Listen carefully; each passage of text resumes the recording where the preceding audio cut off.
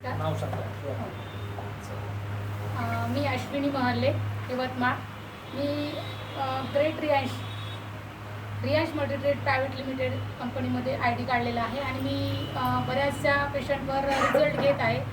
तर मी माझ्या जवळचा रिझल्ट सांगते. माझ्या आतेसासूबाई आहेत, त्यांना 4th स्टेजचा कॅन्सर आहे. शरीरामध्ये त्यांच्या 7 ते 8 गाठी गर्भाशयामध्ये आणि पूर्ण बॉडीमध्ये झालेल्या आहेत. तर डॉक्टरांनी सांगितलं की तुम्ही फक्त ट्रीटमेंट जेवढी घेता येईल तेवढी घ्या आणि तुम्ही फक्त 4th स्टेज आहे तर केमो वगैरे आम्ही देत नाही आहे त्यांना, कारण त्यांची कॅपॅसिटी नाही आहे केमो सहन करण्याची. तर गेल्या 10 दिवसापूर्वी त्यांना बहुतेक 1-2 महिन्यामध्ये, एका महिन्यामध्ये ताप वगैरे मुरला असेल तर त्यांना झालाय पंडू, जलपंडू.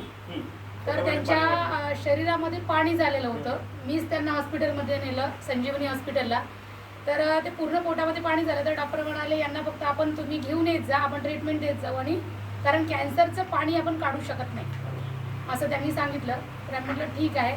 तर हे बॉटल मी त्यांना 2 बॉटल दिल्या. 1 बॉटल आधी सुरू केली होती आणि नंतर एक बॉटल संपली अजून त्यांची. आज माझ्याकडे घ्यायला येतील त्या. तर त्यांचं 10 दिवसामध्ये पोटात जे पाणी झालेलं होतं हे पूर्ण क्लिअर झालं आहे. आणि ज्या दिवशी ते माझ्या घरी आल्या, म्हणजे डॉक्टरकडे जायसाठी मीच त्यांना डॉक्टरकडे नेते, तर मी त्या दिवशी त्यांनी 1 चतकोर पोळी खायच्या. 1 चतकोर पोळीमध्ये ते 10 मिनटं जरी लागले, 2 मिनटं जरी लागले तर त्या बसू नाही शकत, त्या लगेच आंग टाकून द्यायच्या. आणि आज त्या 2 पोळी जेवण करत आहेत असा मला मेसेज आलाय. त्याचबरोबर माझ्या ननदबाई सोबतच त्यांनाही देतात, स्वतःही घेतात. तर त्यांच्याही 2 बॉटल झालेल्या आहेत. त्यांना हायपर ॲसिडिटी आहे. तर त्या 1 दिवस झालं की ॲसिडिटीची गोळी घेतात.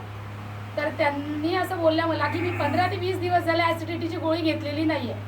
फक्त आणि फक्त अमृत ज्यूसच मी त्यांना देत आहे. त्या व्यतिरिक्त याच्यासोबत कुठलंही औषध मी दिलेलं नाही आहे. तर मला असं वाटते की हे अमृत ज्यूस आपल्यासाठी सगळ्यांना अमृत ज्यूस म्हणूनच आलेलं आहे. तर हे सगळ्यांनी यूज करावं. कुठलाही आजार असो अगर नसो, हे आपल्या सेल्सवर काम करते. हे एक फूड सप्लिमेंट